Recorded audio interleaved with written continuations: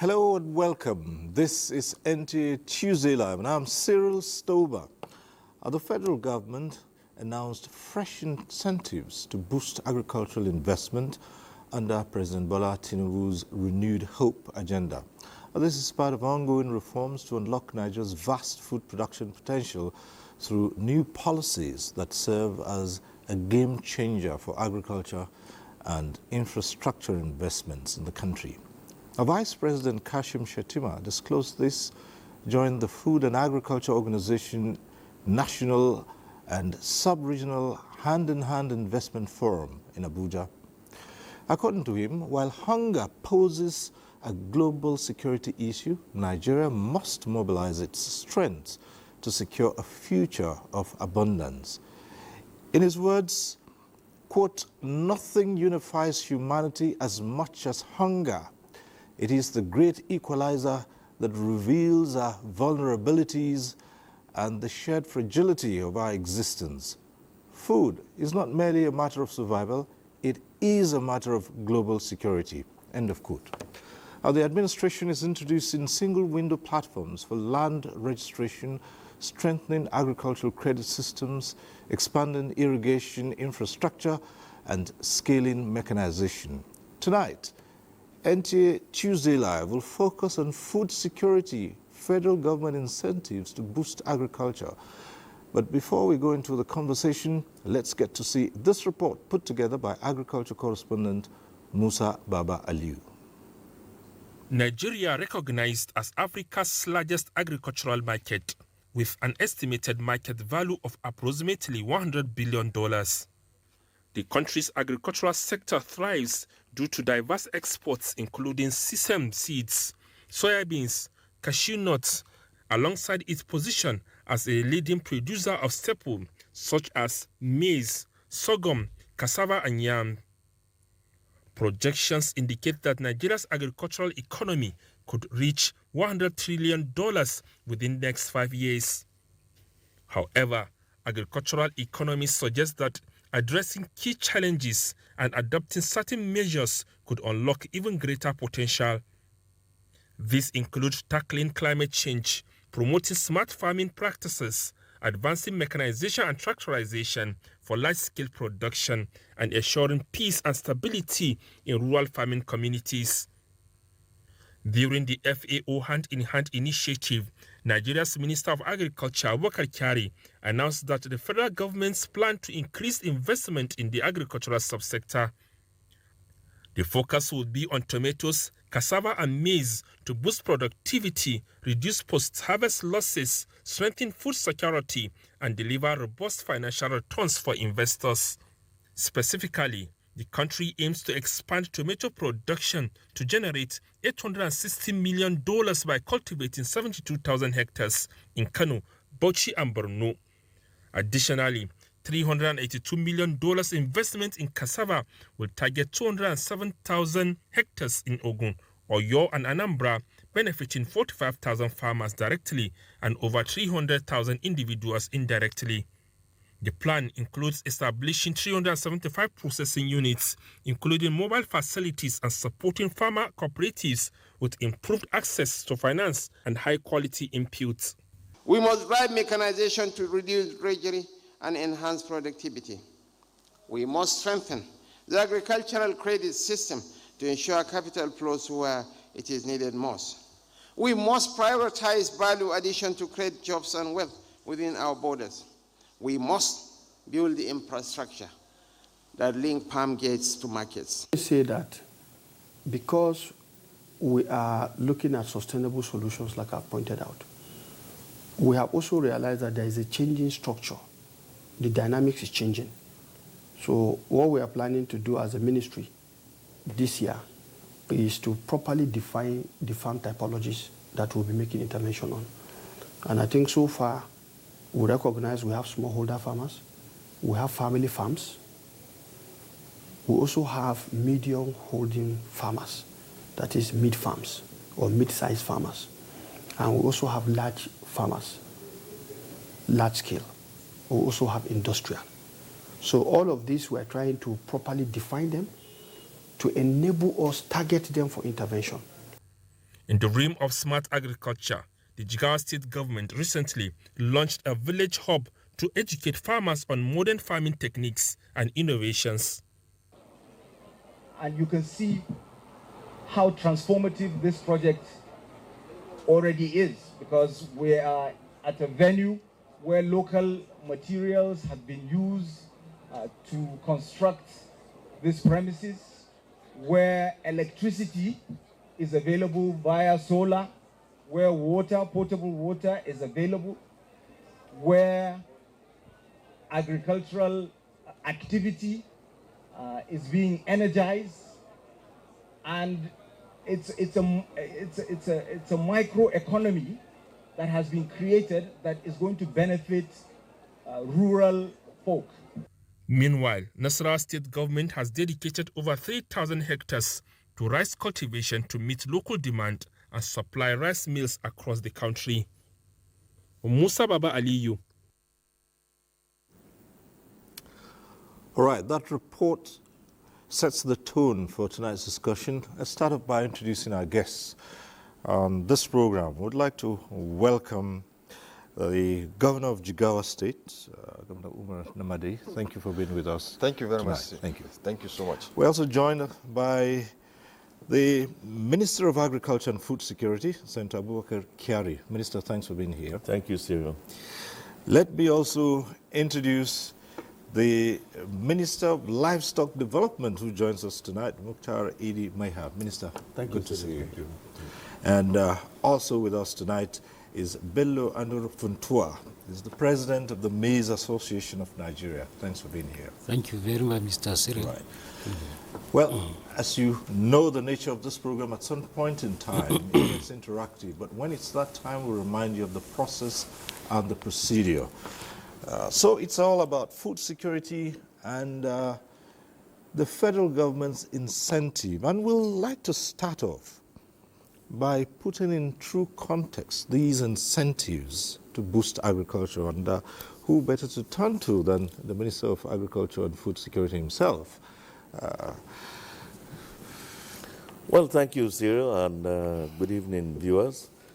First, let me say that government's position is to make policies and make the environment suitable for investment. The drivers of growth, economic growth, is the private sector. So what we launched last week through the FAO's hand-in-hand investment, and as the name connotes, hand-in-hand, is to join hands with government, donor agencies like the FAO, and also the private sector. As Musa Baba Aliyu has stated, we chose three main areas of investment: tomato, cassava, and maize. And we have given platforms for investment of, for private sector to ride on those catalytic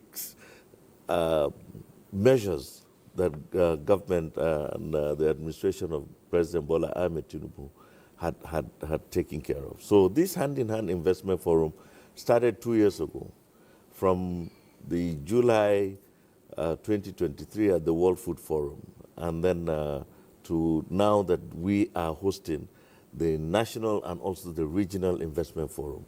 So by and large, what we have introduced is to say these are those areas, low-hanging fruits that you can invest in. So like in the case of tomato, we have a huge post-harvest loss that with tomato. In fact, all the three crops that we had mentioned. In the case of maize, there's a big gap between local production and our national demand. So the gap is about 5 million tons of maize. So we are saying to investors, come and take opportunity, come and take advantage of that gap. So beyond even satisfying the local demand, there's also opportunity for you to also even go outside,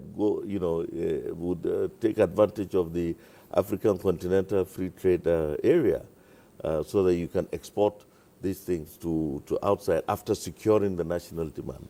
So the investments are there. in terms of tomato, like I said, we have right around maybe, like I said, about 40% of post-harvest losses. And post-harvest losses generally in Nigeria completely, we were losing almost $10 billion every year in post-harvest losses. And so there are advantages. You can have investments in closed cold stores. You can have investment in storage infrastructure, silos, and so on and so forth. So there is the opportunities are abound. So the president had mandated us to open the doors of Nigeria to business, whether it is foreign investments or local investments. So these are, we also have the NASIP, the 2024-2027 plan that guides investors to those areas that are available. This is the 3 crops that I mentioned is for the FAO, hand-in-hand investment. And there are other areas too that we recently launched, like the post-harvest losses, where we intend to open up for investment over a period of 10 years at the cost of $3.5 billion for silo structures, starting from the tier 1, from the local community areas that will now replace those, our locally homemade mud silos that we have. So that those areas are anywhere between 2 tons to 20 tons of storage. And what that does is really, you have a silo that you can keep items instead of, grains, instead of keeping them in your, in the corner of in your house or store where they're susceptible to pests, diseases, and, losses. So you have a silo system that will not only clean, but also dry and also, keep them in good form, because one thing, again, the Mr. President is keen on is quality of food. So it's not only about losing this, but, okay, of course, post-harvest losses is a means of wasting resources, both financial and human resources. So the efforts that the farmers put, end up going to waste. All right. Well, we'll explore that in greater detail, but all of these is said to be geared towards lifting some 35 million Nigerians out of poverty, and we get the figures correctly, creating about 21 million full-time jobs. Yes. These are working in that. Yes. Well, certainly, they won't all come from agriculture. But agriculture is the lowest hanging fruit, actually, for economic growth. Well, okay, so in all of this, we'll see how livestock, for instance, fits into this arrangement. And it's a good thing we have the minister himself here. And so we'll hear from him how this keys into these incentives that the federal government is pushing towards not just the food security, but creating jobs and lifting millions of Nigerians out of poverty. Okay, thank you. Leveraging from where the HM Agriculture and Food Security has stopped, one needs to look at, aside from what has actually happened last week, which was a microcosm of a framework that is designed to entice investors into the agri sector, to give it the necessary traction. And what we need to look at, for instance, and there are 3 deft moves that Mr. President did to underscore his concern about national food security. Number 1 is the declaration of state of emergency on food, which again is acknowledged both nationally and internationally, that the government recognized the need to actually declare that state of emergency and adopt certain measures to wake up everybody about the critical reality of national food security. The second one is the creation of the Federal Ministry of Livestock Development out of the Federal Ministry of Agriculture and Food Security to give livestock a greater mandate, a greater focus, an in-depth focus, to ventilate out the potentials to unlock that sector that has been not part of the formal sector, to mainstream the livestock sector. That is one other huge reform. That hasn't happened since the independence of this country. And looking at the volume and value of the livestock sector, what could seem Mr. President's intention, in unlocking that huge potential, to throw up more value chains to focus on the livestock sector where you get animal source proteins. The third one is the recapitalization of the Bank of Agriculture. That bank hasn't had any recapitalization in the recent past. So these three have underscored Mr. President's vision and intention to focus on agriculture and food security. But what is food security? Without going into semantics, food security is a situation where all forms of social classes within a country have physical, social, and economic access to safe, nutrient food. To take food that is nutrient-packed to meet their daily nutrient requirement. So what are the underlying words they're talking about? So all social classes in the society, they have physical, social, and economic access to food. And that food is safe, is nutrient-packed. So, and if you look at even the incentives that were declared last week to open up, get private sector investment, is to give push to massive food production using technology, also reducing the huge losses we've been suffering as indicated by Honorable Minister. And the opportunities are there. Now, if you focus on the livestock sector, for instance, it is one area that today, if you look at the agricultural value chain, including livestock, it is one sector that today has probably the greater chance, of attacking hunger at the local family level, at the last frontier. What do I mean? It is only livestock that you harvest every day. Every day you can take an egg. A chicken will lay an egg every day. Every day you can slaughter a chicken. Every day you can slaughter a sheep. Every day you can slaughter a pig, a rabbit. You can milk a goat. You can milk a cow. You can milk a camel. So that means that every day you are harvesting. So the greater focus we are giving on that is to ventilate, to wake people's consciousness about the readily available animal source protein. And once you have animal source protein, no matter the quantity, if you are getting it every day, it means that you are near to getting a balanced diet. And that could only come from the livestock. And so when you give it that greater focus, you increase the productivity, the availability, the survivability of those animals. And by our estimation, you find out that there is a shared prosperity all over the country. You start counting from Gamborungala to Abekuta, from Bodinga to Calabar. Every household within major towns, minus the cities like Abuja, there is one form of livestock or the other. It's part of the family life. And it is being kept, it is being reared for this product that we are getting from there. So you can see what we are doing here today under the Livestock Ministry is to open up, is to raise people's awareness, people's consciousness that this is available.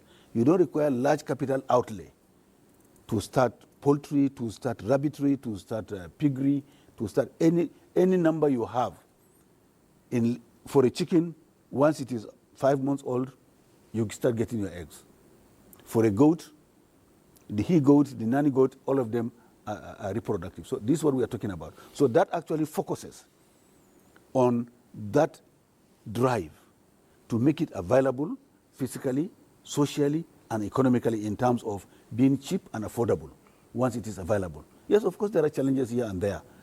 But looking at where we are today, we do believe that the livestock sector can complement the Ministry of Agriculture in that drive. All right.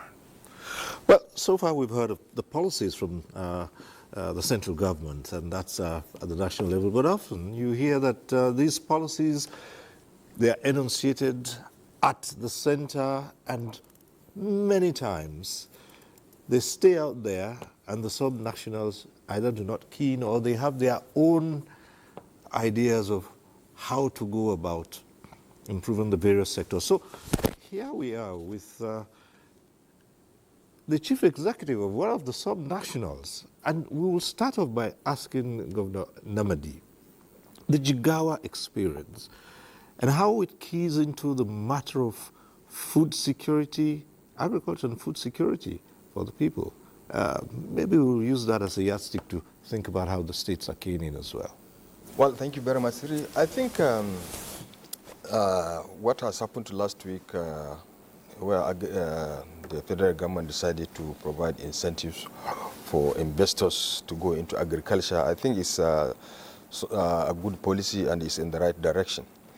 You see, I could remember in 2025 this year, the United Nations has declared that about 31 million Nigerians are likely to be food insecure, and that is very huge. So, and this is not only for the federal government. The subnationals, in fact, are the major contributors because the peoples, the farmers are with the subnationals. So I think, and whatever happens, if it is hunger, if it is food insecurity, is more at the subnational level. So certainly that is why in Jigawa we have decided to key into the agricultural policy of the federal government. What we mean by that, the president has come in and also rebranded the Ministry of Agriculture. Instead of Ministry of Agriculture and Natural Resources, now it has been rebranded into the Ministry of Agriculture and Food Security. That means giving emphasis to food production. So, and for us at the state level, we need to key into that to ensure that we have contributed our own quota to secure Nigeria in terms of food. And what we are doing in Jigawa, like you ask, is that Jigawa is an agrarian society, a state, with almost 85 to 90% of our people are farmers, and smallholder farmers for that matter. So what we are doing as a government is to try as much as possible to come in and make agriculture at the mainstay of Jigawa state economy. And as a result of that, today we are able to move productions from one level to the other. And for instance, if you take rice productions, rice production was virtually about 70,000 hectares per annum, 70 to 80,000 hectares per annum. But in 2024, we did more than 200,000 hectares. How did we do that? What we did is we try as much as possible to enlighten farmers, provide subsidy. The major problem with a smallholder farmer, inputs and irrigation cost, and also irrigation infrastructure. So we try as much as possible at that level to provide input at a subsidized rate. And that has, when we started it at the first time, we saw how we moved the production from what it was to about 200,000 hectares. And that 200,000 hectares, if you are talking of at least a minimum of 4 tons per hectare, you are talking of about 800,000 tons of rice, which is quite huge. Now, that has also given us an impetus. Okay, now what is the next step? The next step is let's move to see how we can expand our irrigation facilities, irrigation infrastructure, and this is very costly. What do we do? And then we try as much as possible to introduce what we call industrial boreholes, especially at the upland areas. And that has also helped us to bring more land into production. And we have about 10 dams that are moribund. Then we try to see how we can reactivate these dams, bring them into production. That has also helped us in 2025 to move our hectareage to about 315,000 hectares. So this 300,000 hectares, that if you add it, we're talking of almost 1,200,000 tons of rice. So this is, that means going by the same practice. Now, and that has given us courage. Now we are trying to introduce mechanization. As of today, we have bought 300 tractors, we have bought 60 combine harvesters, we have bought 150 boom sprayers, and we have also bought about 150 seeders. These are all to help the smallholder farmer to ensure that we have boost production. We are trying to expand our irrigation facility at the Hadeja Valley, and this by the time, and that is why when we said that, okay, Jigawa State alone, by 2030 will provide 50% of the Nigerian rice requirement. This same thing we have done in wheat. Wheat, 2024, we have done almost 55,000 hectares. This year we are doing 105,000 hectares. And this will continue to multiply because we are continuing to bring in more land into production. We continue to sensitize our farmers. We continue to provide extension service to the farmers to guide them to do the right thing. These are all things that we have put together to ensure that we have contributed our own quota to the national food security. We'll return to you in a short while, still explore further.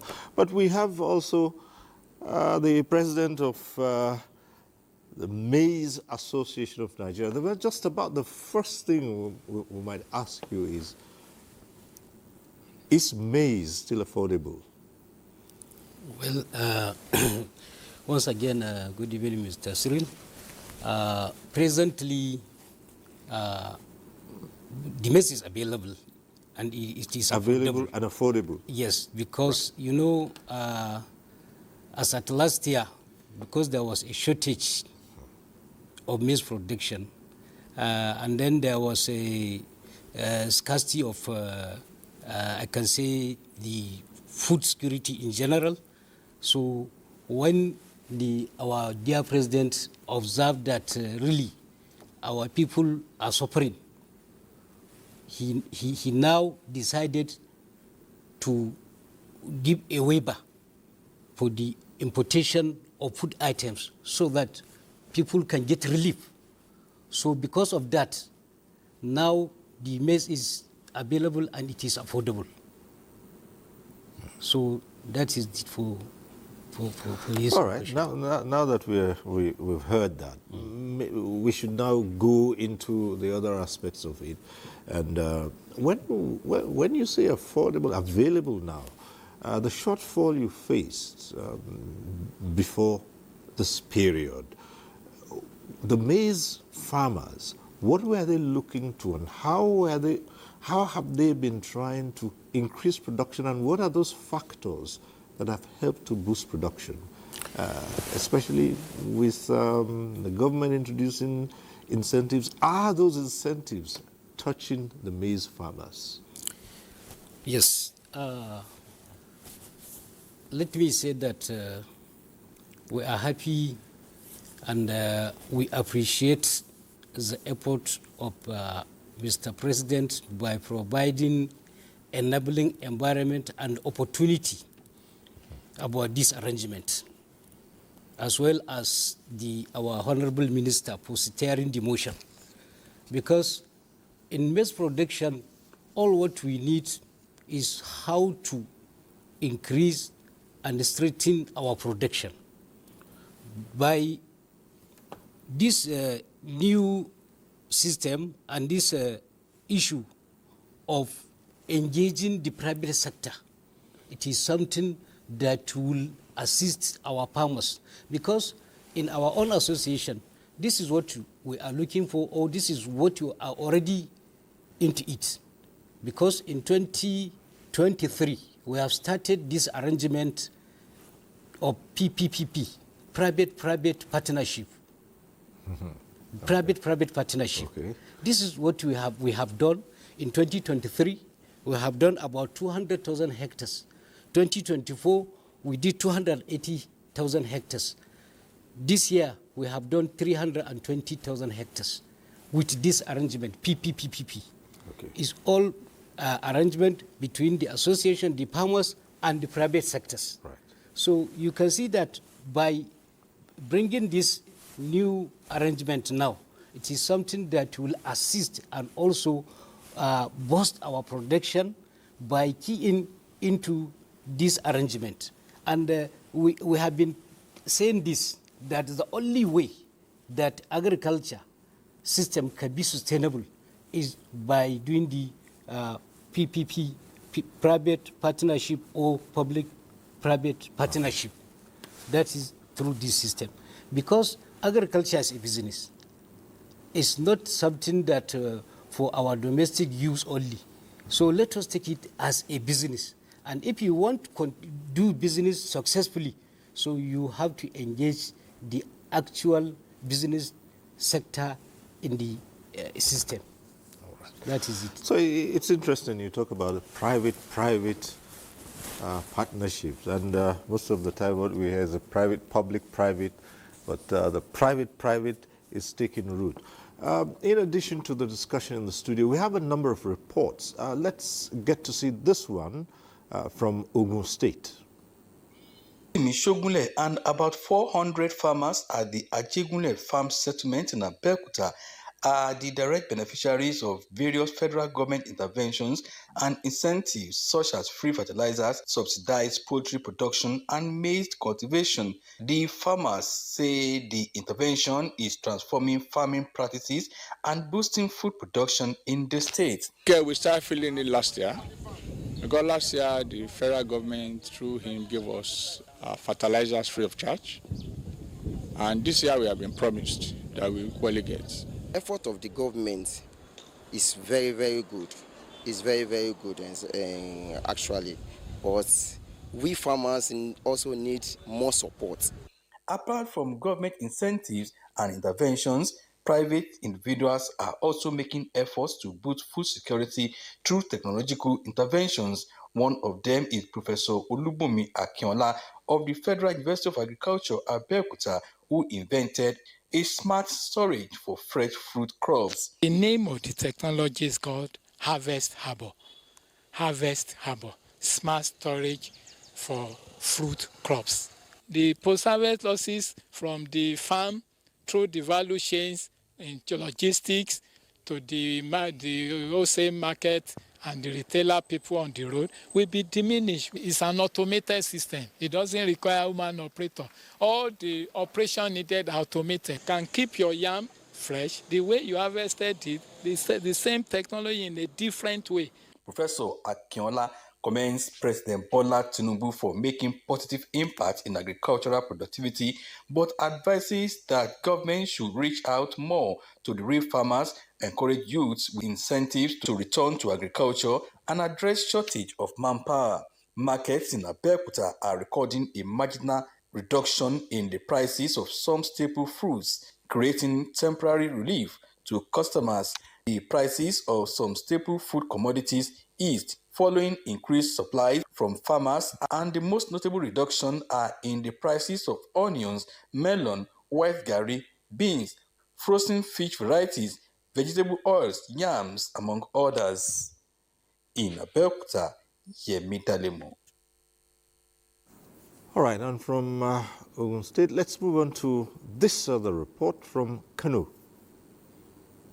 Kano State, blessed with vast arable land, water resources, and resilient population, continues to play a leading role in Nigeria's food production. With interventions from both state and federal governments, farmers in the state are increasingly leveraging incentives to boost food security, a drive already yielding visible results. Farmers Greenfield Day. This is, of course, to showcase the potentials of the variety. We have evaluated it at the Institute, and across our outstations, we have found them to be very, very useful in terms of productivity. Thousands of small and large-scale farmers have benefited from training on modern farming techniques, from seed selection to fertilizer application, harvest, processing, packaging, storage, and marketing. The rehabilitation of dams and expansion of irrigation canals under the Hadeji Jama'ar River Basin Development Scheme has opened up more hectares of farmlands, ensuring year-round farming activities. This dam is capable of irrigating an area of about 60,000 hectares, but currently only 14,000 hectares under phase 1 have been developed. And this year we are going to develop more irrigable areas, about 3,000 hectares of land. Through the Kano Agro-Pastoral Development Project, farmers across all 44 local government areas have received inputs, machineries, and technical support, easing drudgery and increasing yields. I'm sure from the crop production angle, irrigation segment, value addition, processing, livestock productivity enhancement, and crop resilient initiative, all these things will really crystallize in years to come. At the Enkaba and Dawano markets, the results are evident. Food prices have dropped, allowing households to purchase more commodities to put on their family tables. 2 months ago, the prices are a bit fair. We feel fine. We really appreciate this because the prices have already come down. These gains, stakeholders believe, can be sustained if farmers continue to access subsidies, and with stronger linkages to extension services, production will keep improving. We need to come up with policies that will include maybe enhancing marketing boards, and probably encourage cooperative farmer cooperative societies. As incentives drive productivity and stabilize prices, Kano's role as a food basket remains central to Nigeria's quest for food sufficiency. In Kano, Yahanasa Hassan Barrow. Let's now go over to the southeast, and here we'll bring this report from Ebonyi State.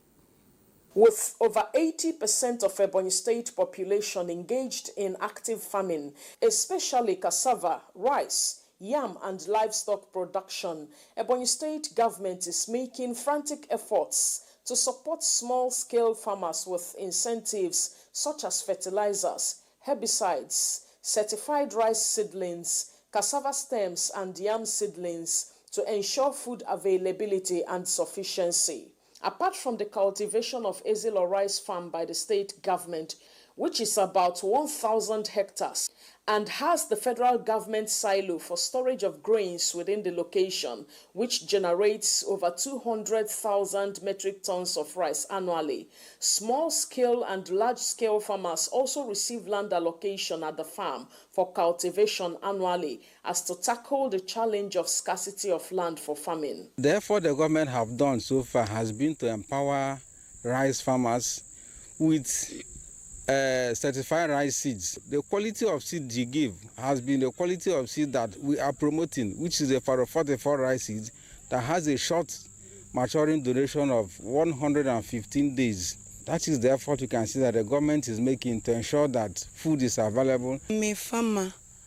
The government have been giving us fertilizer to use and treat our rice.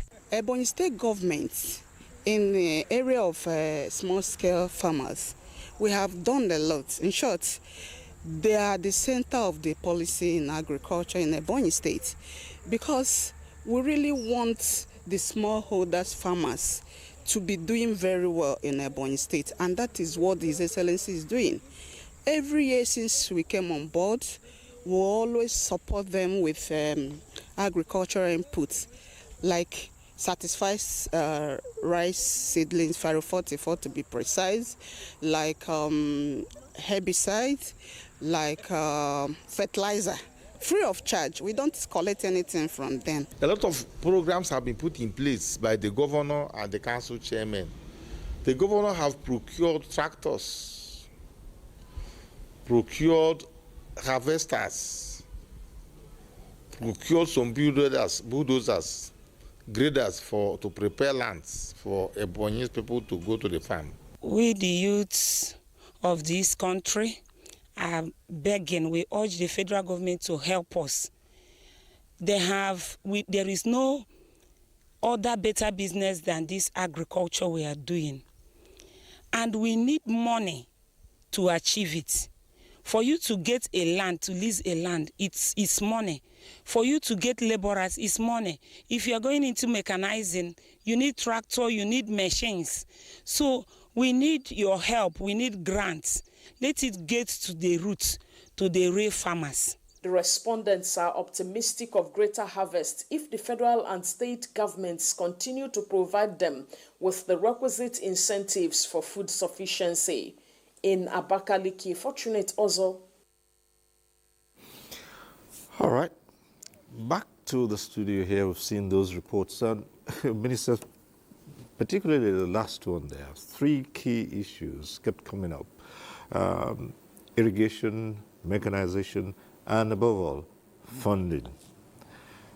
These are key areas where most of the farming population would be looking to government and see how these areas have been addressed. Well, yeah, that's quite true, especially the mandate given to us by Mr. President to make sure that we engage in all year round farming, and for good reason. Climate change is here to stay.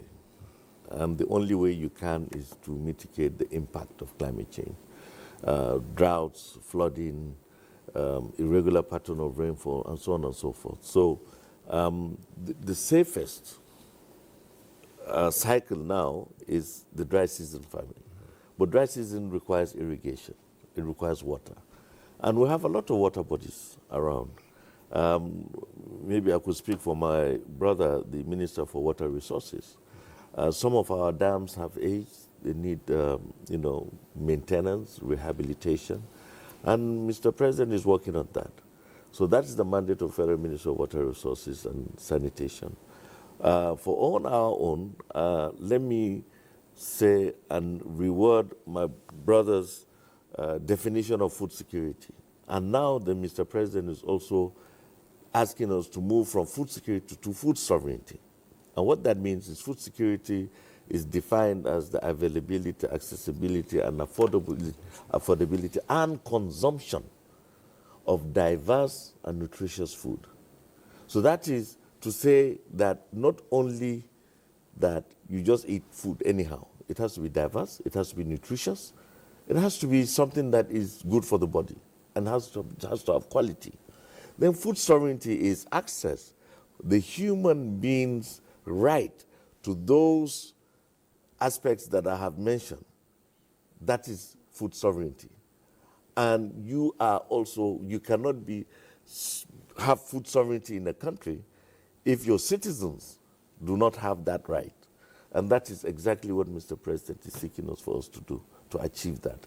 So the investment that they are talking about, the need that the farmers, now 85%, 90% of the food we eat comes from the smallholder farmers. But when you go to some of our areas today, you see the kind of condition that smallholders farmers live. You wonder, and you say agriculture constitutes almost 25% of the GDP of Nigeria. With all these attendant amounts of money, and yet the agents of production, the smallholder farmer, still lives in squalor.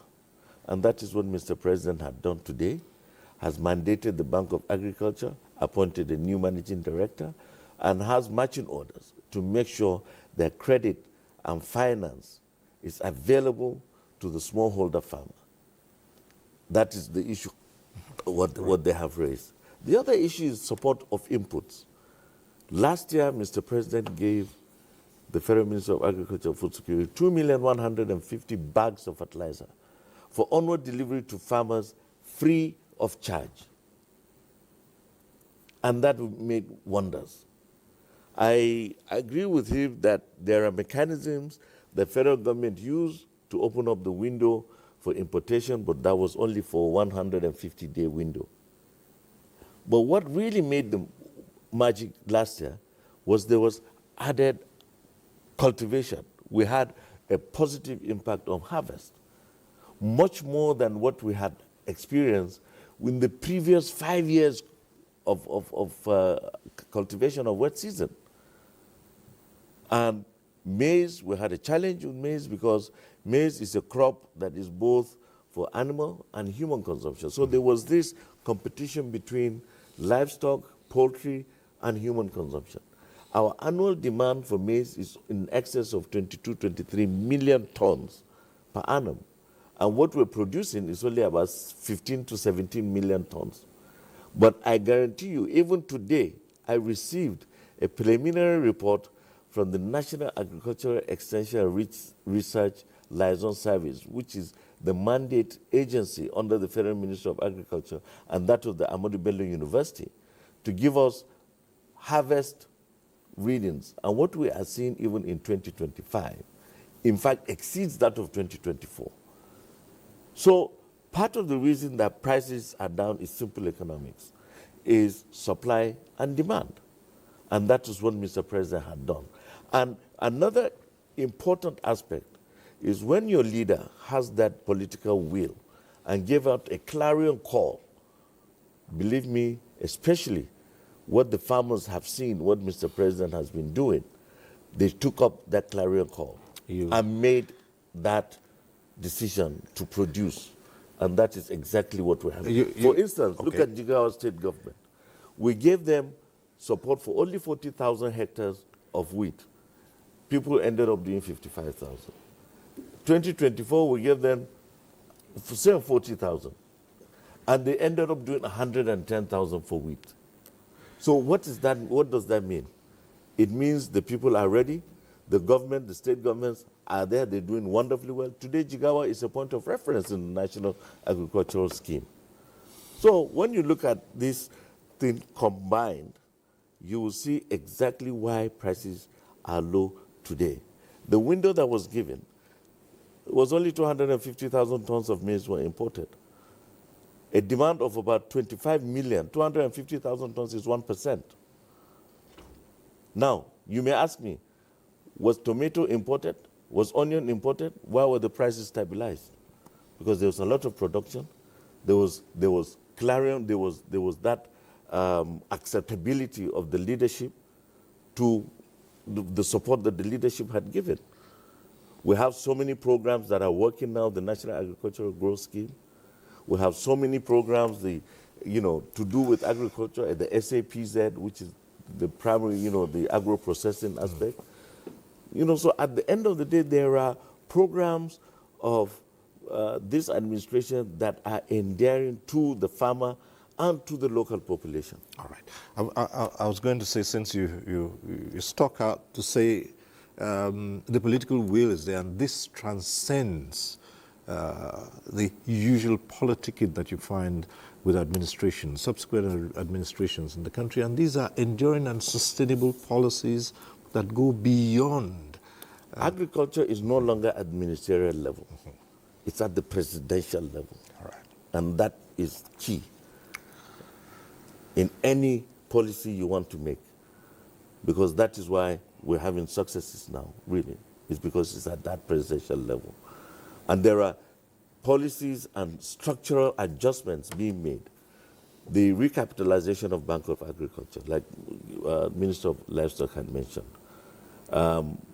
it's one way of making sure, because one of the 8 points agenda of Mr. President is access to funds and financial inclusion.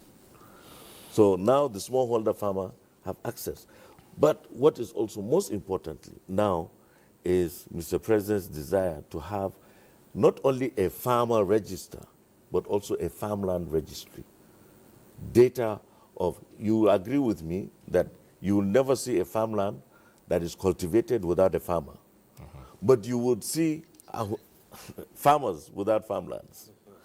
So this is what we're trying to do, come up with, and then we'll make sure we have signed an MOU with the National Identity Management Commission, NIMC, to provide what is called the G2P card, the government to people card.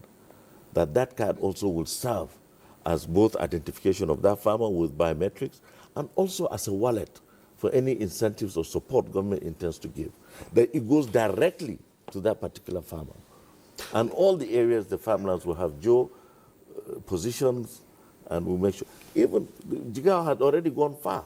Let's take it to Jigawa then, and with what the minister is reeling out, let's bring it to you, particularly in view of the access to finance, funds, and mechanization.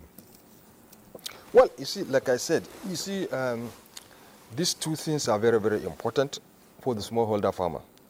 Access to finance and mechanizations. And in Jigawa, like I said, we key into what the federal government is doing. The Bank of Agriculture has been recapitalized, and I'm sure by the time it starts reeling out its policies and programs, it will go down to meet the needs of the smallholder farmer. But before then, we have, in Jigawa State, we have what we call the Microfinance Bank. Just this Monday, the State Executive Council also has approved for the establishment of additional 5 microfinance banks. These are all aimed at helping the smallholder farmer to access credit at easily and also at a subsidized rates. Again, we have what we call Jigawa State Savings and Loan Schemes. In addition to that, in addition to the housing needs, meeting the housing need of the civil servant in Jigawa State, also they have an idea of supporting the farmers. And that has gone a long way. And what we are doing, again, in terms of mechanization, as I said earlier, we were able to buy 300 tractors. We are able to buy 60 combine harvesters and 150 seeders and 150 broom sprayers. What we are doing is not that we are going to give out these tractors to people, no. We are establishing 60 centers.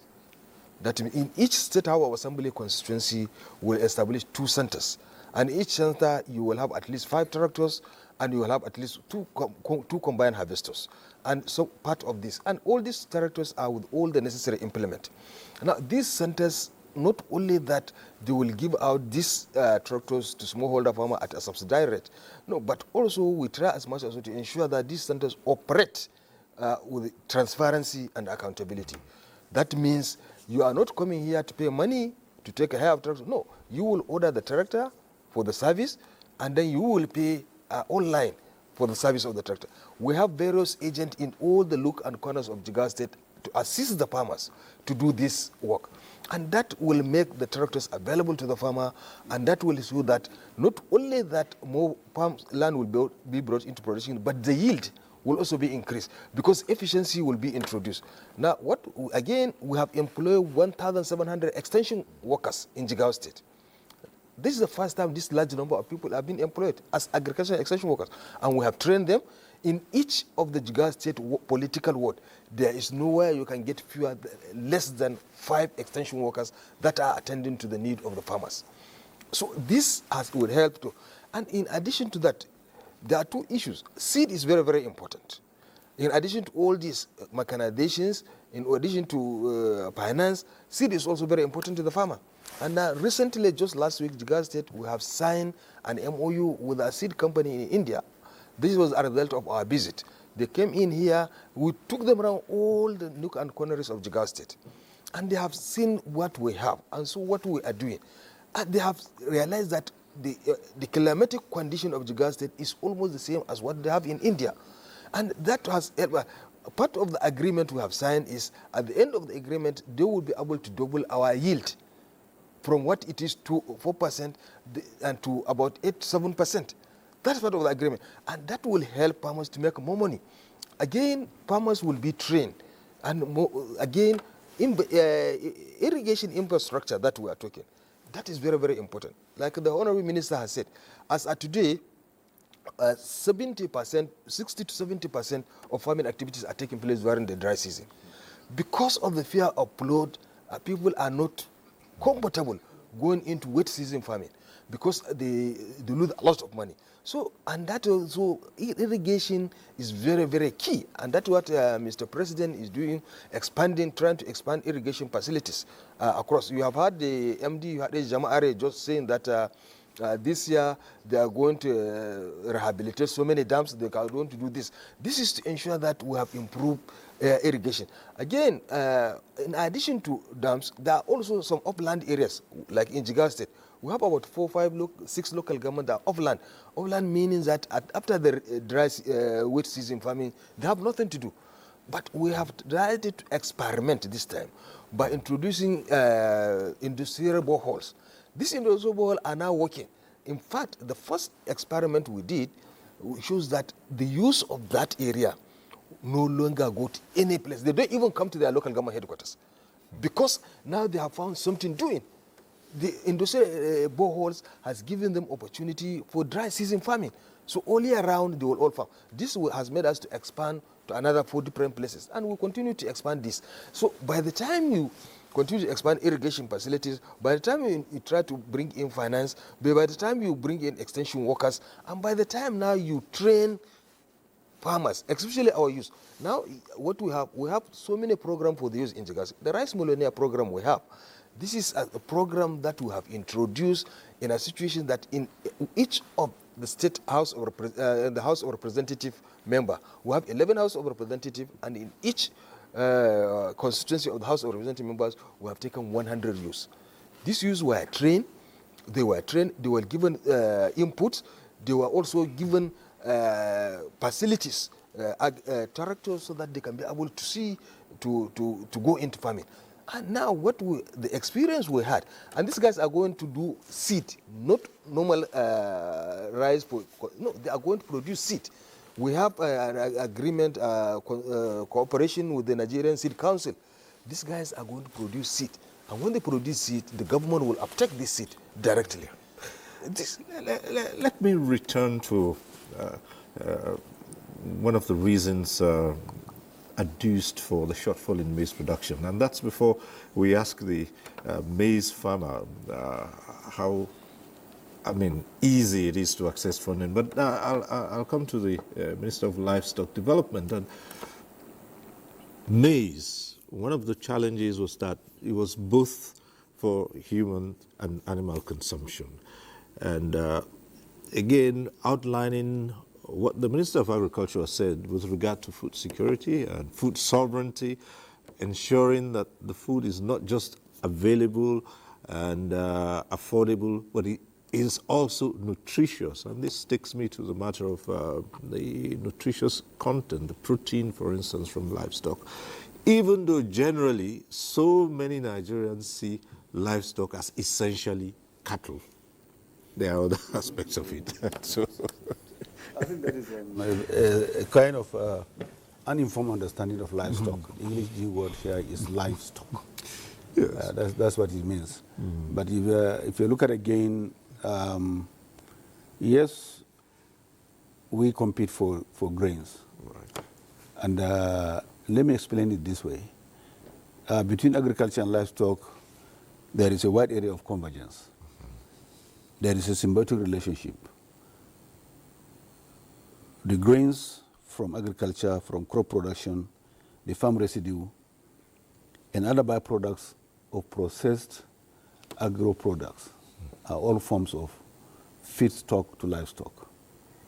For instance, if you take sugarcane, we have bagasse, we have molasses, and these are essential ingredients, particularly for feedlotting, where you're going to fatten bulls.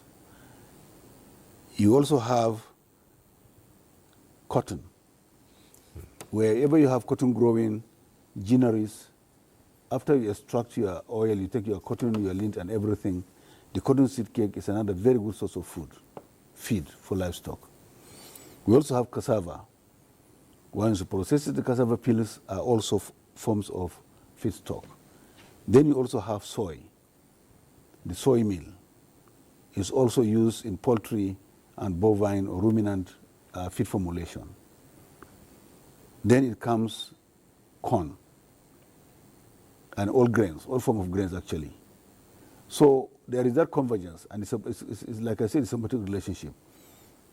But however, where you have an acute shortage, and that brings in acute competition, therefore the human consumption takes precedence over animal consumption, because again, the animals, the ruminants, can eat something that the human being doesn't eat, and that is the grass, the fodder, the pasture.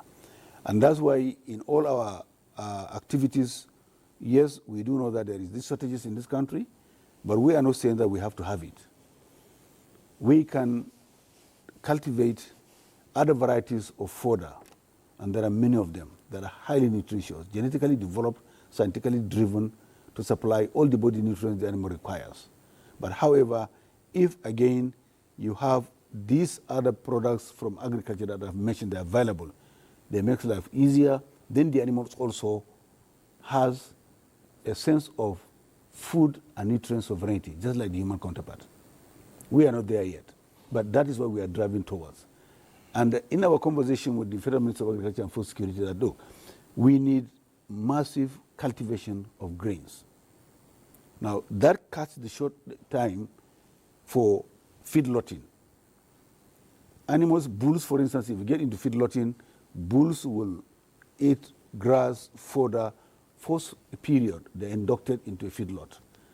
But 2-3 weeks before they are ready for processing, you introduce what we call finishing, and that's when the grains come in. So they quickly give them that boost, and they hit their genetic weight limitation, 700 kg, 800 kg, depending on the breed type. And you have massive amount of carcass. So that's what we're looking at. And the same thing goes for pig, the same thing goes for sheep, goes for poultry as well as for dairy. So that convergence is there. So in the transformation we are talking about, we are encouraging massive cultivation of grains so that we can supply the human requirement, and then the buffer, the leftover, we can have access to it. But we understand that has to happen because the animals have alternative, which the human beings do not require. So that is how it is. And we do believe that the way we are going today, you can see even we are sitting next to each other here. So that also demonstrates that symbiosis between agriculture and livestock. And we do believe that that is the way to go. However, talking about irrigation is something, again, we share commonly. Yes. Now, it's been demonstrated the world over. No country feeds itself by relying on red-fed agriculture. This government understands this much, and therefore they are investing heavily in developing dry season farming. It is less risky, more assuring, and in fact, if you engage in that, like it happens in Kano and Jigawa and some other places in the country, you have 3 cycles. Rather than allowing your land to lie fallow for 7 months during the dry season, you can also have productive economic activities. And that makes that more employment for our youth, more grains, more productivity of grains across the nation. And that's why we are encouraging them to get it. And that means also that we have sufficient fodder from the farm residue. And therefore, if we continue in that fashion, expanding lands under cultivation, expanding lands under irrigation, water availability, inputs, that means that one day in the not too distant future, we'll have sufficient grains for human consumption, for our silos, as well as for our livestock. All right. Well, at this point, we'll take a short break. When we return, we'll explore further federal government incentives to agriculture. And of course, the phone lines will be open, which means you can get to be part of the conversation in the studio. So stay with us. We'll be back shortly.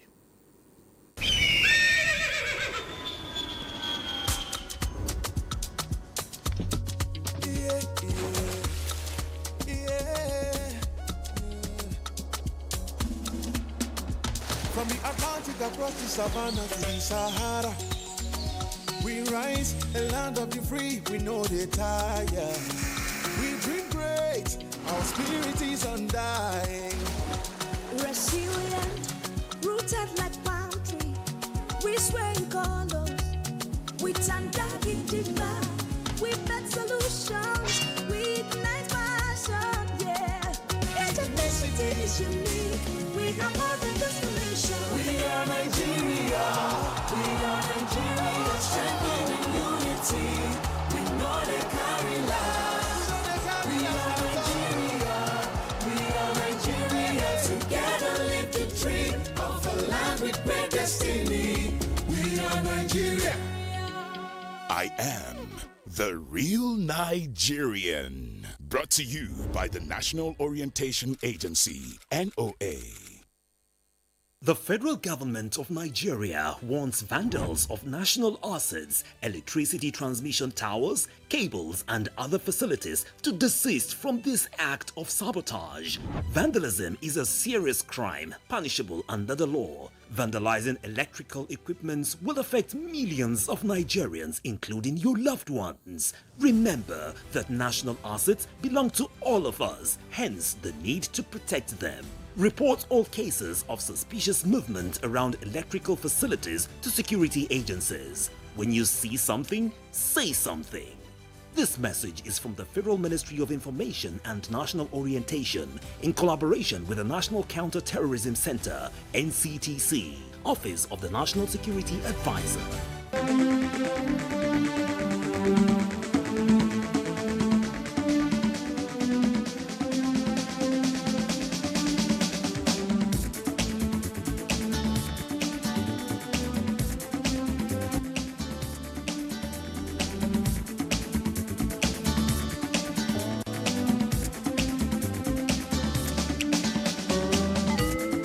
NTA Tuesday Live, a network issue-oriented innovation talk show.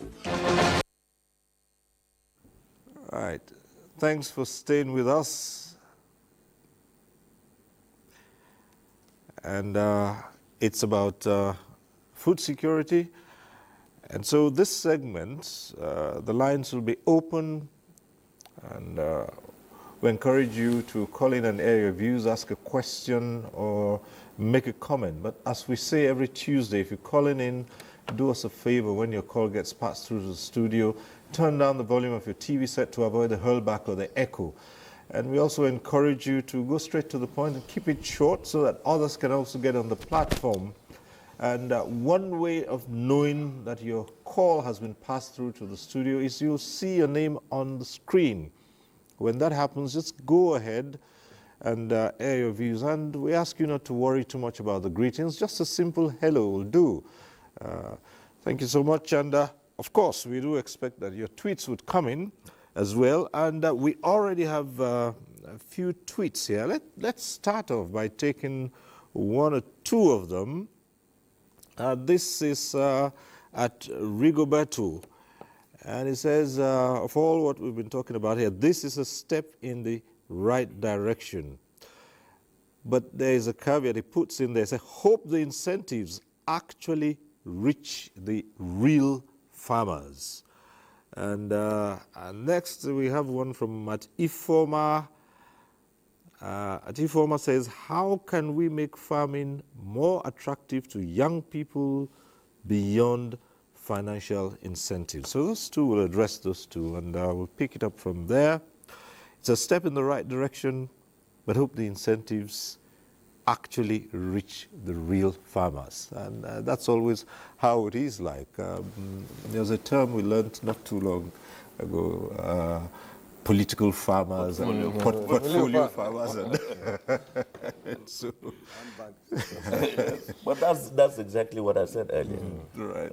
That's what we want to do. We have so many data, farmer data all over the place, with the Federal Ministry of Agriculture and Food Security, with development partners, with the state governments and all that. So what we're trying to do is try to collate all them and verify them, and make sure that whatever we do, and that's why I also explained that card, the G2P card, that is NIN-based, that is biometrically enabled, so that when the person goes to the agro dealer to cash the support the government gives, what I mean by cash is like to take, whatever, if it's bags of fertilizer or even cash for support for working capital, it has to be you. It has to be that particular farmer. But we have to do this verification and also realignment of the data. So I'm happy they're talking about that, because this is also an awareness that we're going to tell farmers that only those genuine farmers will be registered. Okay. The phone lines are already working. We have Mohammed calling in from Kaduna. Mohammed, if you're there, just go right ahead.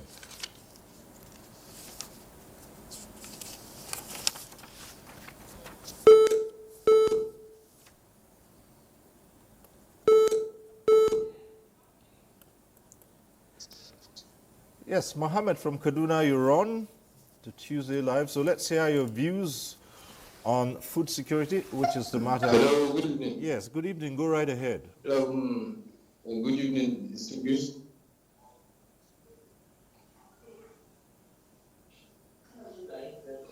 My name is Mohammed Haruna. I'm calling from Kaduna. Can you hear me? Yes, please, go ahead. Hello?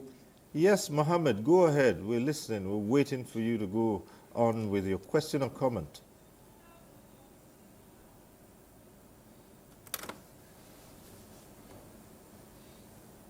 Yes, Mohammed, I did say at the start of this segment that once you see your name on screen, go ahead, Mohammed. Your name is on screen. Go ahead. You can see your name on screen. Yes, go ahead. Can you hear me? Yes, we can. Just go ahead. All right. My question I want to ask you this question is, how do these financial incentives have the impact to the youth? Okay, that's it. Yes, how do it impact to the youth? And the government keeps on saying they have a plan, they're doing this, they're doing that, but we don't see any results. So I want distinguishers like explain, help us, give us more clarity. Let us in on what you are doing now. We wish you good luck because of course you are leaders and all, but we need to see results. We need to see proof. All right. Okay, thank you, Mohammed. Well, Minister of Agriculture. Yes, let me just start by saying when Mr. President commissioned the 2,000 tractors, in his speech, he said he intends to make agriculture sexy, not only attractive to them, but sexy. But and now his target were really young people, youths, men and women. And we are also using, we've been showcasing the flying farmer, who is Femi Odukaya, who is doing flying drones and doing a lot of applications of chemicals and fertilizer using drones. And he's also training a lot of drone pilots, quote unquote, on that aspect. And then we also have the tractors that we're going to set up, the service centers, will be manned and maintained and operated by youths. We intend even on those, the 2,000, to minimum of at least 50,000 youths will be trained on operation and maintenance of those service centers. And then we are also, there are farm estates that Mr. President is, take advantage of the NALDA land assets, the National Agricultural Land Development Agency, those land, assets that it's under NALDA. And we're going to develop those farm estates to the tune of over 250,000 hectares. And that also will deploy some of the tractors and the combined harvesters that we have to those land estates. And majority of, in fact, 99% of those that will be there will be the youths. So apart from just financial incentive, which we are trying to do through the Bank of Agriculture, the inclusion that I mentioned earlier, even in terms of service provision, youth will be engaged. For the first time, as my office, the Office of the Minister of Agriculture and Food Security, has a special assistant, an essay on youth and innovation. All right. Okay, so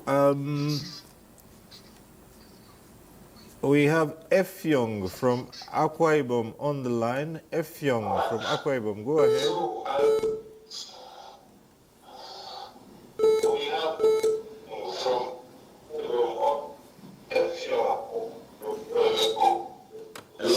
Yes, Efyong, we said to you to turn down the volume of your TV set. I can hear the hurlback all the way here. So turn down the volume of your TV set and we can get on. Yes, we can hear you, and you can go ahead just as soon as you turn down the volume of your TV set. Right, thank you. Efyong from Akwa Ibom, go ahead. All right. Okay, that call is dropped. But there's an interesting tweet here. Let me just say yes, one. Minister. In addition to what the Minister of Agriculture and Food said regarding the youth, I think there's a misconception about agriculture generally, including livestock, here in this part of the world. In other lands and climes, people take agriculture as a business from the entry point. You don't wait until you are retired. You don't wait until you have you can't do anything else. If you take it as a business, you go to a college, you go to a school to study agriculture, to study how to become an agribusiness, an entrepreneur in agriculture. And that is what is missing here today. Most of our youth see agriculture as a form of hard labor, drudgery, and pain, long gestation period. And the challenges of lack of access to finance, lack of technology, market access, some challenges are there. But again, in every human endeavor, there is no area that doesn't have challenges. You just have to be ready and prepared for it. What am I saying? Today, this country is the largest market in Africa. We have 230-something million Nigerians, are still counting. For the livestock sector, We have, for instance, statistically, by 2023, we have 33 million primary school going children in this country. 33 million. If each child is going to take 1 egg a day, how many crates are you talking about? Who is going to manage those poultry birds? Who is going to get the feed formulation, the transportation, the medical services? This is what we're talking about. The opportunities are there. And with the pronouncements, with the policies of the present government, enabling environment is being created. For particularly the youth, because they have the drive, they have the energy, they have the innovativeness, creativeness in them. Okay. These are the kind of demographics that we want to see in livestock, in crop production. Okay. They will make the difference. Right. Another call coming through at this point. Akilu Musa from Mina. Akilu Musa, go ahead. Akilu Musa from Mina, if you're there, go ahead.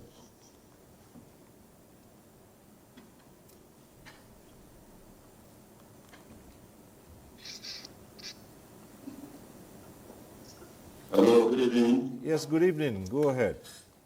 Good evening. Good evening, Akilu. Oh my God. Evening, sir. Yes, go ahead. Mr. Cyril. Yes, good evening. Go ahead with a question or comment.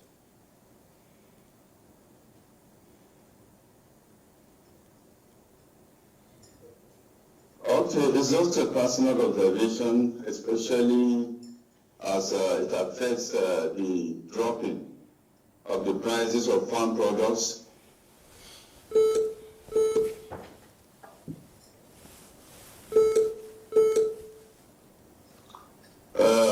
My quick take on this is that a lot of farmers, especially these small-scale farmers, have been complaining that the prices of our items are dropping while the inputs are skyrocketing. So this is my personal observation, and I feel I should share it with the national and subnational governments. Something needs to be done about that so that we don't end up creating another problem. Meaning, just the way somebody has mentioned there,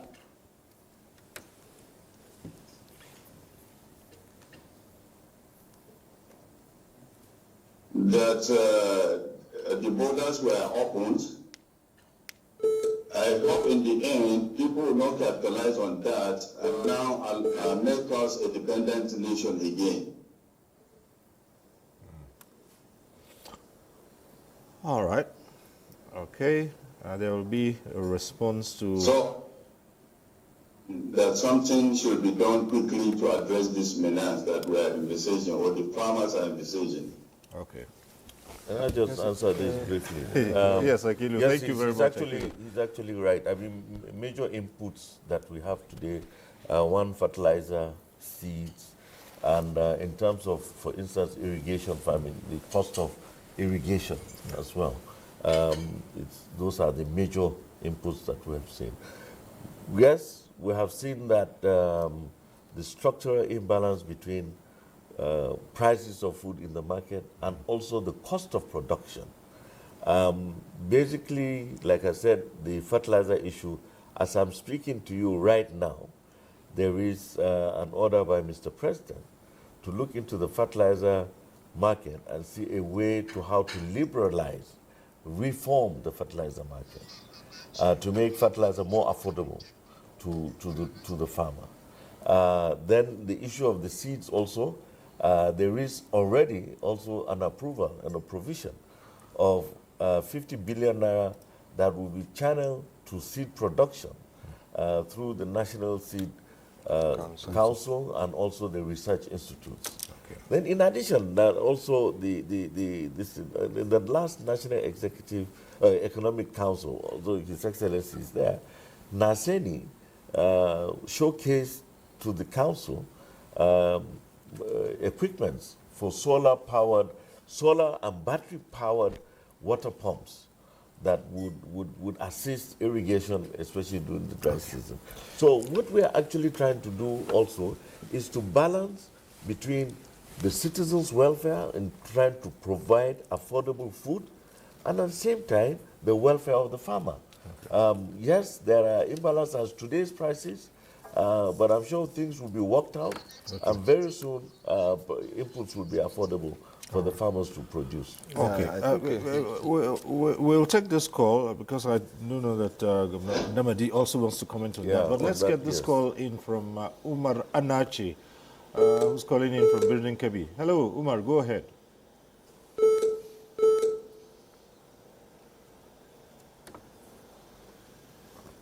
Good evening, sir. Good evening. I'm calling from Building Kebi. Actually, the price of food items, particularly grains, has reduced tremendously. But I did not subscribe to the issue of increased production. There is nothing like increase in production. It was open, the border was open, that is why the price has reduced. And secondly, the price tiers only reduced in the hands of people, the purchasing power tremendously reduced. So if there is price in the market, go to the market, what will be the reaction of those marketers that are dealing with the commodity? And the other issue is the government needs to support the farmers with fertilizer. To believe you have to drop 2 bags of rice, paddy rice, to take 1 bag of fertilizer. It's as much as 50,000. Now, this bag of rice has reduced. Price has reduced.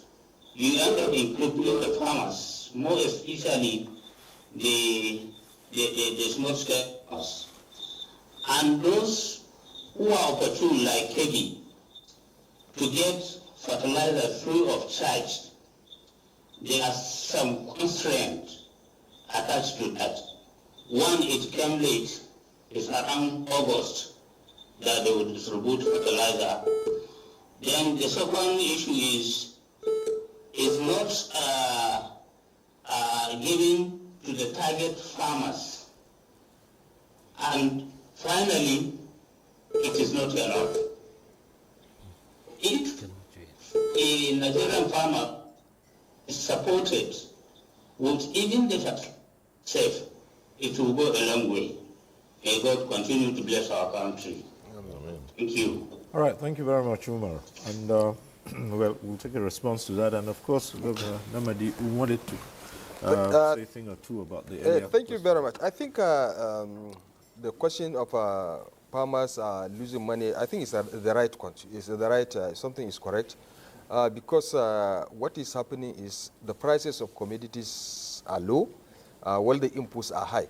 But again, like the Honorable Minister has said, the government is aware of that, and I think major steps have been taken. For instance, one, the issue of fertilizer liberalization. This is something that is the first time that the fertilizer regime is being regularized. But the question is, this is something that the Presidential Food Coordinating Unit will work out the modality of this liberalization, because it has not yet been worked out, and it will be worked out to the extent that at least the prices of fertilizer will bring in competition, and that competition will also try as much as possible to ensure that the prices of fertilizer are down. Not only that, bringing competition. Again, it comes to the issue of, okay, if you liberalize the market, okay, the Bank of Agriculture will now be brought in to assist the small blenders. Because just mere liberalization without bringing in the small blender, increasing the participant, then you will not achieve. So I think there's a very good policy that is being developed by the Presidential Food System Coordinating Unit that will ensure that the prices of fertilizer are down. Again, the issue of major two cost element happened. One, the fertilizer to the petrol cost. Now the petrol cost is quite, the fertilizer and petrol cost contributes 75% of dry season farming cost.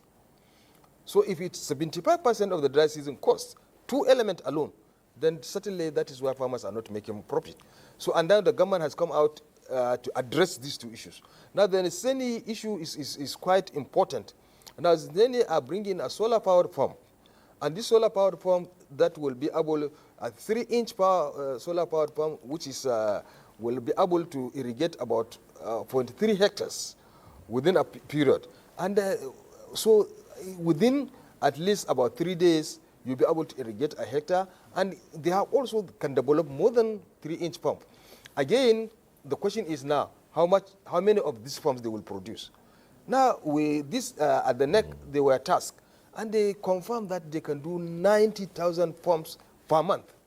So, and if they can have enough funding, and they can do 90,000 pumps per month, then certainly these farms over time, with the time they can go around, and then it will, this 75% cost of production will be reduced.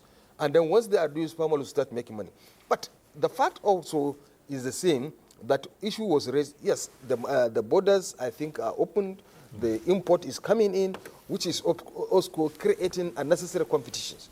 So, and the issue is that there is need to look at, even if you want to allow import goods, then it should be the right tariff should be put on those goods that will be, so that at least there will be a balance. Now, the president is allowing these goods to come because people are complaining that prices are high and people hunger is there in the country. And now something has happened now, again. So now the issue is to balance the 2. Now, the balance the 2 also bring in food, but at the right tariff. Okay. When the right tariff is on it, then you are helping the farmer, and we are also helping the citizens. So I think that is what we are working on, and I think the presidential food system will work out this, and I'm sure farmers will be happy for it. Thank you very much. Right. Well, okay. I was just going to take this tweet. Well, part of it has already been addressed, but just to quickly go over it, it's from @praise. And @praise 762 says, if 1 million jobs are created, which age group or demographic do you think should be prioritized? But I guess that both ministers have talked about that. The fact that to get into agriculture, you wouldn't have to wait until you're a retiree, where there's little or no energy left to till the soil. Well, there's one more. So let the calls come through, and we'll address them as we go on. But there's one matter I still would like to put to the president of the Maize Association, and that's the question of access to financing. A lot has been rolled out. Is it getting to the real maize farmers? Now, I want you to answer that with a reflection on similar schemes in the past where finances were provided for farmers, and we know what happened to some of those schemes. They had to be abandoned because there was a very poor repayment scheme. A point in case is the anchor borrowers.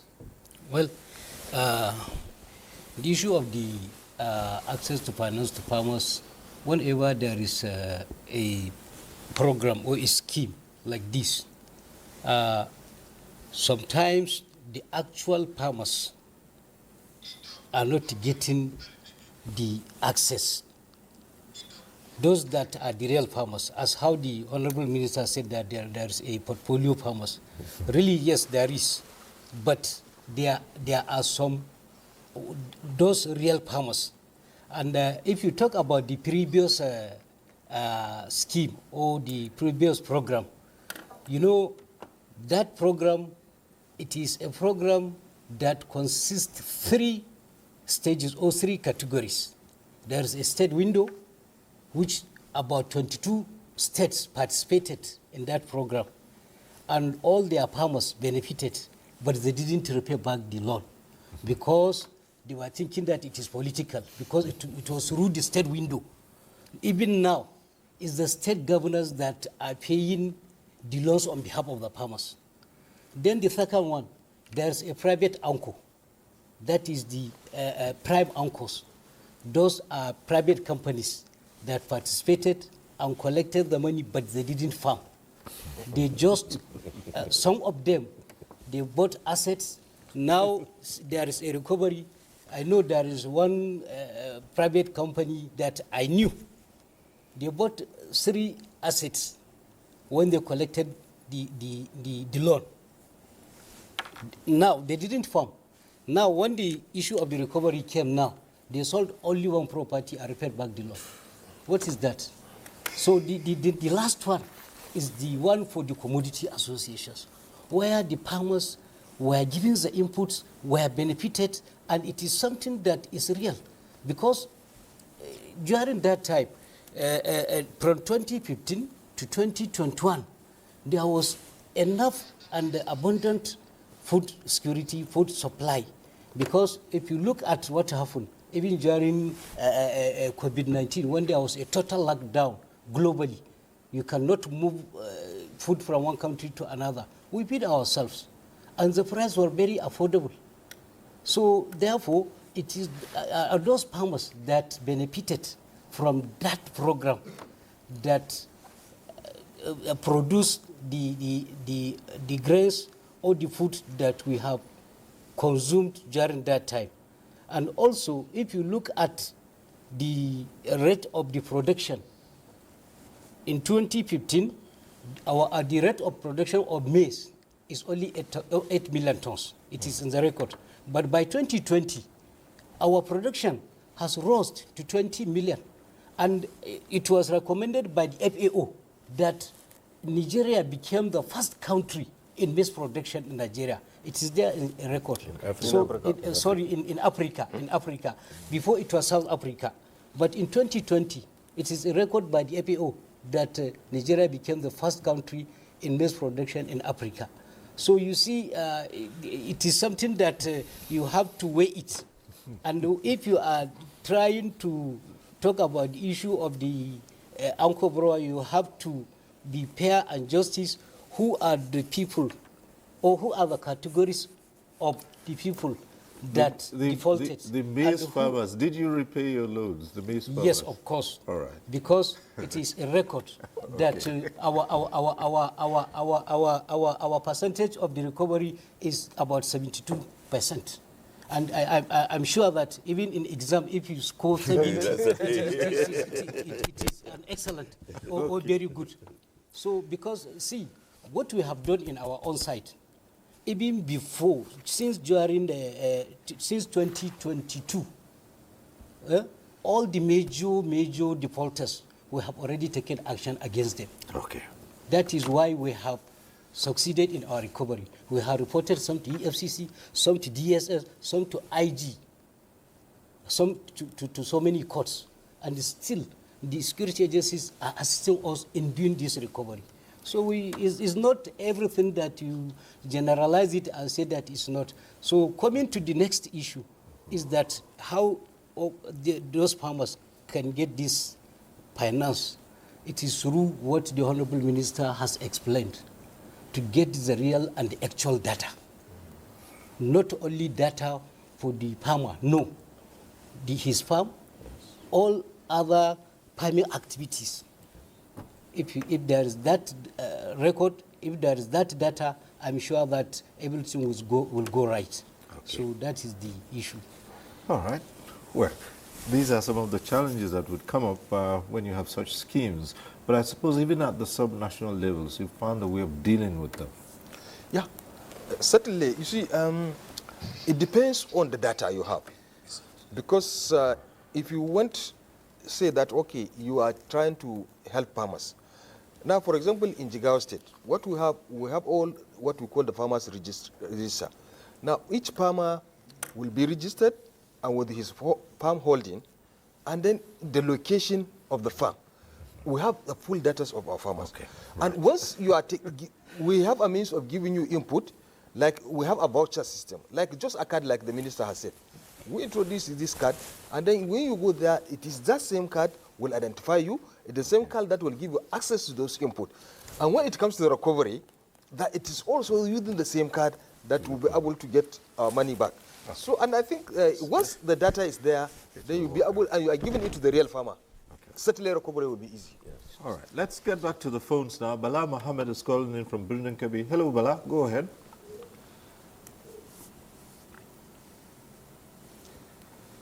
Bala Mohammed from Birnin Kabi.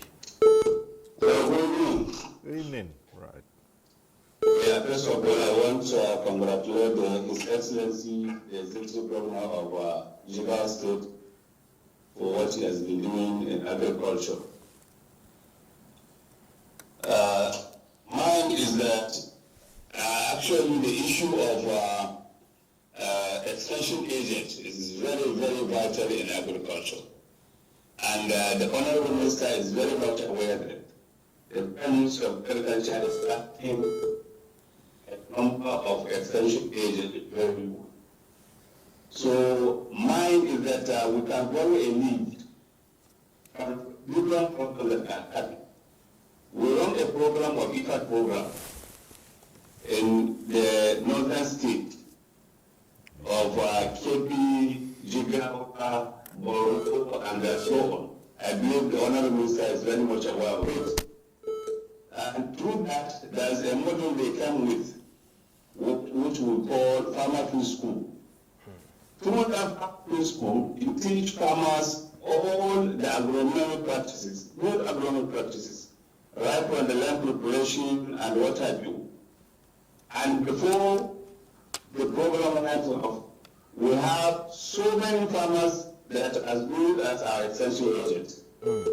This is the best way that you can impart knowledge to the farmers, and the farmers will be practicing their farming, and they will get a maximum yield for our area. Because I can tell you in Kebbi State, we have farmers that can produce as much as 8 tons per hectare of paddy rice. So another issue is the issue of this irrigation. We have to develop the irrigation infrastructure if we are going to do irrigation. Having all these waterfalls and what have you is just adding a lot of burdens and high cost on production to the farmers. So another thing I want to add is that the issue of giving input to farmers free, please, we should cease from doing it. Because it will end up in the hands of the political farmers. So when you are giving, I advise that we give subsidy to the farmers so that it will be affordable, farmers can access it, so the real farmer will definitely go and buy it. By the time you have, for instance, you have 10,000 farmers, and you are only able to give 300 farmers this fertilizer, but what do you do? It's a wasted effort.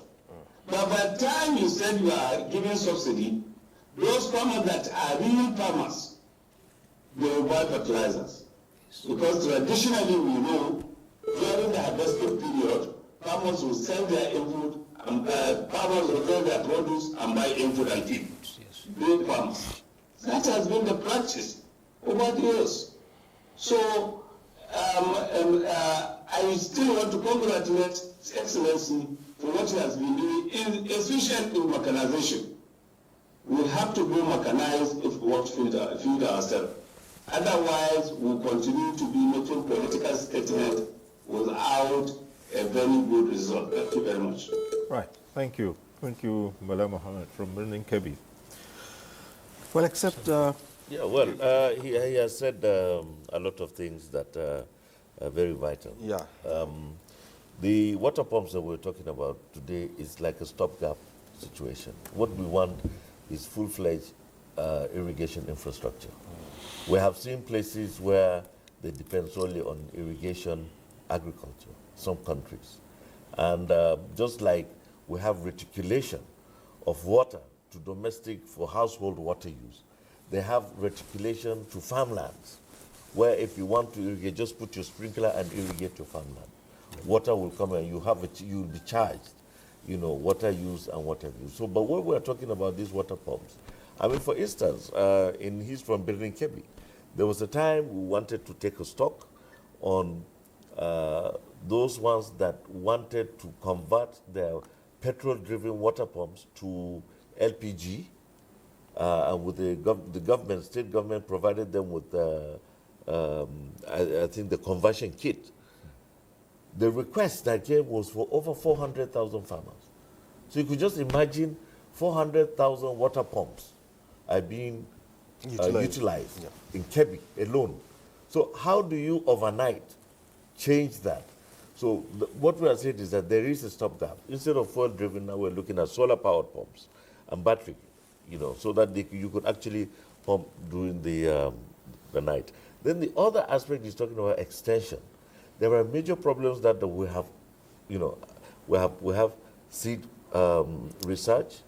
We have to look for seeds that are early maturing, quality seeds that are drought resistant, heat tolerant, and also all that, because of climate change. Extension service is also geared because now times have changed. There is issue of climate change.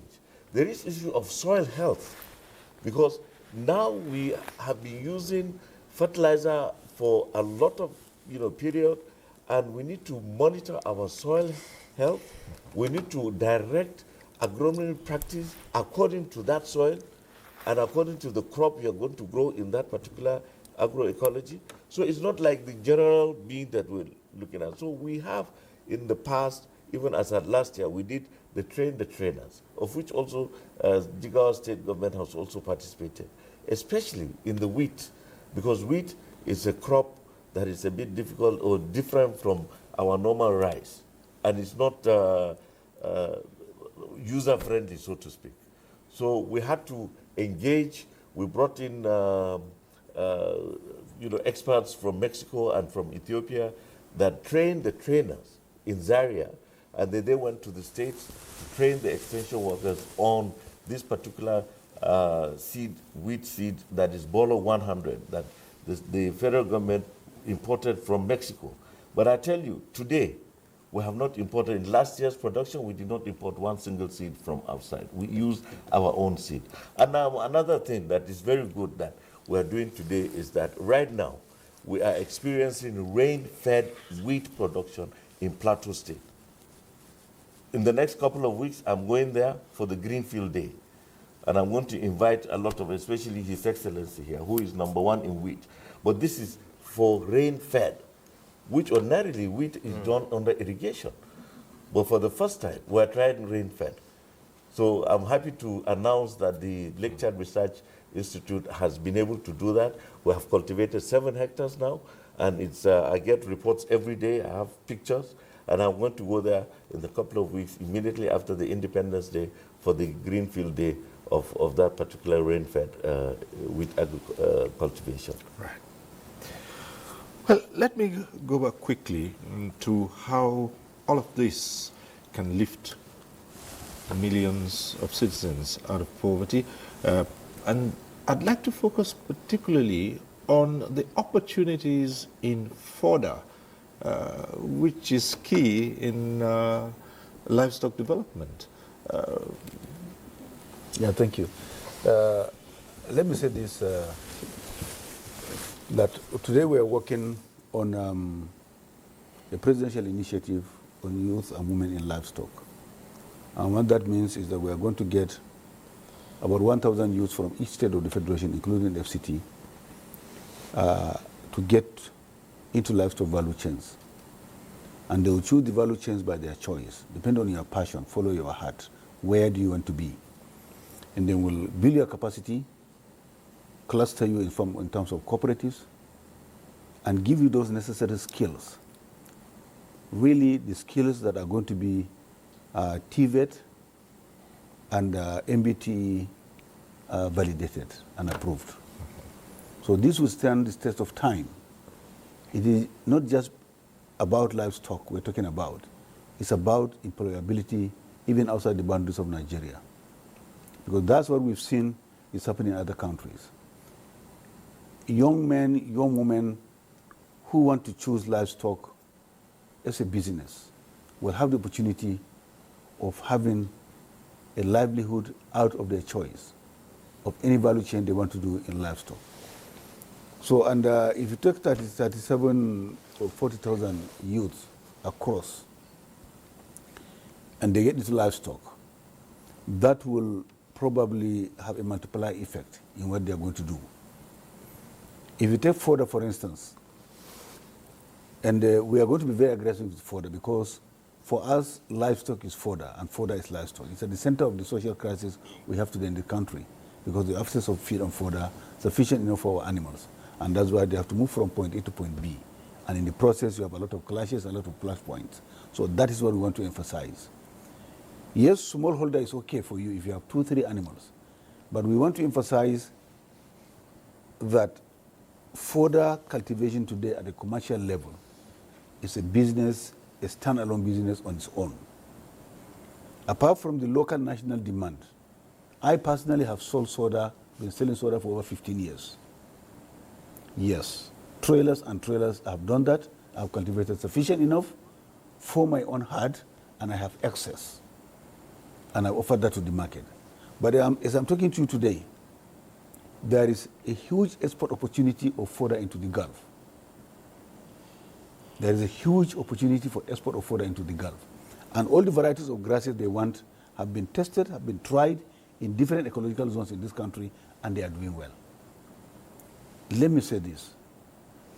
His Excellency, the Governor of Jigawa State, is a witness. Somebody cultivated 50 hectares of alfalfa in Jigawa. It was tested under international laboratory, and it came out with excellent values. In fact, surpassing international requirements. And I asked the governor to please give the gentleman more land. He just tried in 50 hectares. And that alfalfa can be locked on into Qatar, UAE, Saudi Arabia. That is an opportunity for our youth. That is an opportunity to generate huge employment and FX earning into Nigeria. So and that is the reason why Mr. President thought about establishing the livestock industry, to delve into those and ventilate out these things for Nigeria to unlock the potentials that are there. And this is just a tip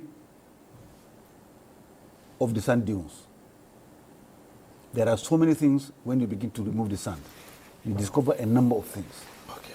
Yes. So, but for fodder, you have the opportunity of just growing fodder, and if you want to export that fodder, you can export it raw. But you can also pelletize it. You can also, make it into blocks, protein blocks for animals to lick. And then therefore it becomes easier to transport. The shelf life will be extended. And then it becomes branded with proudly green, white, green. This is what we're talking about. Yeah. Yes, Mr. Governor, obviously Jigawa has been very busy. Yeah. Actually, like the minister was saying, yes, it's just a gentleman that came in with a proposal. We look at the proposal and say, this was a trying. So we gave him 50 hectares. And today the guy is asking for another 1,000 hectares. So we granted him another 500 hectares. So that, and you see the importance if you go there and see the activity and the number of youths that is employing in that place is quite amazing. So I think, like he said, there's a lot of issues that, especially for the youth, to embark into agriculture. Like the rice millionaire we are doing in Jigawa, like the 100 hectares for each local government where youths are involved. At least in each local government, we ask chairman of the local government to give 100 hectares to youth. And some of the local government give about 200 hectares, 300 hectares. And these youths are involved in agriculture, in doing so many things. And this is becoming an issue, removing people, taking people out of poverty. The workers' agricultural schemes we are doing also is something. I have almost 56,000 workers in Jigase. By the time all of these guys key into farming, that they can be able to produce something they will eat for themselves. That means I'm removing 56,000 people out of the market competition. And that certainly will help to ensure that stabilize the price of food in Jigawa. So that is exactly the process we are doing, bringing in more land into production, bringing in more people into production, and then we will be able to increase production, and then we'll be able to feed ourselves and be food secured in Nigeria. Right. Well, we only have a few minutes to go on this program, so we'll start winding down quickly at this point. Let me start off by asking the president of the maize farmers to just project where we would be in maize production next, where we go from here. Well, based on what the Honorable Minister said, that there is some strategies that are on the ground now to support the smallholder farmers with the inputs, especially fertilizer, which you heard that many of our farmers are their major complaint, which is because fertilizer is a major component in any farming activities. So with that one, if the inputs will come on time, at the right time, and to be given to the right farmers, and I'm sure that we will reach our target. Okay. Because if you look at what happened this year, the reason why farmers are complaining is that they have already bought the inputs at high cost. It is now that the new system, the new strategy will come. So please, let it come at the right time. Okay. And also, I want to use this opportunity to advise, since our Honorable Minister is here, that the issue of the price, market price, I know that there was a guaranteed minimum price in the Ministry of Agriculture under the Strategic and Grains Reserve, which I know that for over 10 years, even our association was a member there. So please, sir, let that committee be reconstructed so that the committee will be giving advice to you on the how you will go along about the grains prices, and then also let the government buy the farmers' produce direct, so that it will support them to reduce what they have lost now. Okay, then thank you so much. We'll have to leave it there, but we conclude with just one last tweet, which I'd ask you to respond to in 30 seconds. And this tweet asks the question, @Obasi sent this tweet in and says, do you think Nigeria can achieve self-sufficiency in food within the next 10 years? Oh yes, certainly. I know we have a growing population, which some view as a challenge, but we look at it as an opportunity, because we have a huge, proactive, determined, youthful population. All right. Under 40, they're already about 65% of the population right now. Yeah. So, Minister of Livestock, you think we can achieve self-sufficiency? Absolutely, absolutely. Right. Yeah. Mr. Governor? Yeah, certainly we can. Because certainly if Jigawa can boast of producing 50% of the rice requirement in Nigeria, and we have all the steps that are necessary to achieve that, there's no reason why we can achieve, even in less than 10 years, we can do that. All right. Well, and that's where we have to leave this conversation on an optimistic note, and say thank you very much to all our guests here. The Governor of Jigawa State, Umar Namadi, thank you so much for being here. Senator Abubakar Kyari, Minister of Agriculture and Food Security. Thank you. And Minister Mukhtar Idi Meha, who is Minister of Livestock Development. Thank you for being here. Thank you, Cyril. Thank you, NTA. Thank you, Nigeria. And our president of the Maize Association of Nigeria, Bello Ofuntua. Thank you so much. Thank you so much, Mr. Cyril. Right. Thank you. And that's our program today. We thank you for watching. Next week, we'll be back with NTA Tuesday Live. I'm Cyril Stober. Bye for now.